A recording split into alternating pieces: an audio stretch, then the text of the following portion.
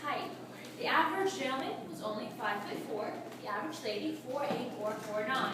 So most of their furniture does sit just a little bit lower to the ground to help accommodate that. These two covered objects, though, these are called fly catchers, and they were a necessity. Any flies or mosquitoes that found their way in during dinner through the open windows would be lured into this. It was filled with sugar water or molasses, and then just a bunch of poison at a small gap at the bottom. And there's a hole on the inside. They were lured into the hole by the sugar water, and then forever trapped by that poison that was mixed into it. Now, this obviously never made for a pretty scene, and Selena would never expect her guests to endure it during dinner.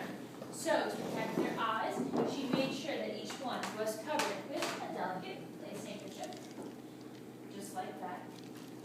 As to help the fly catcher, they had a puka or a shoe fly fan. The fans attached to a cord pulley system, and at all times, no matter how many people were in here, even if it was only one person, this fan was kept moving steadily back and forth, keeping a cool breeze moving across the table, but it was never fast enough to block the candles that were just beneath it.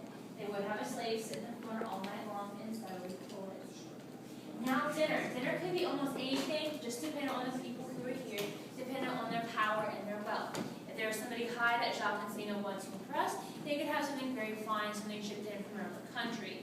This did happen often. Like I said, Jacques did pamper Selena very much, but it wasn't a necessity. An entire 4-course meal could be found from these grounds alone. This does include wild duck, fruits, vegetables, even wine from this property. So that's saying something.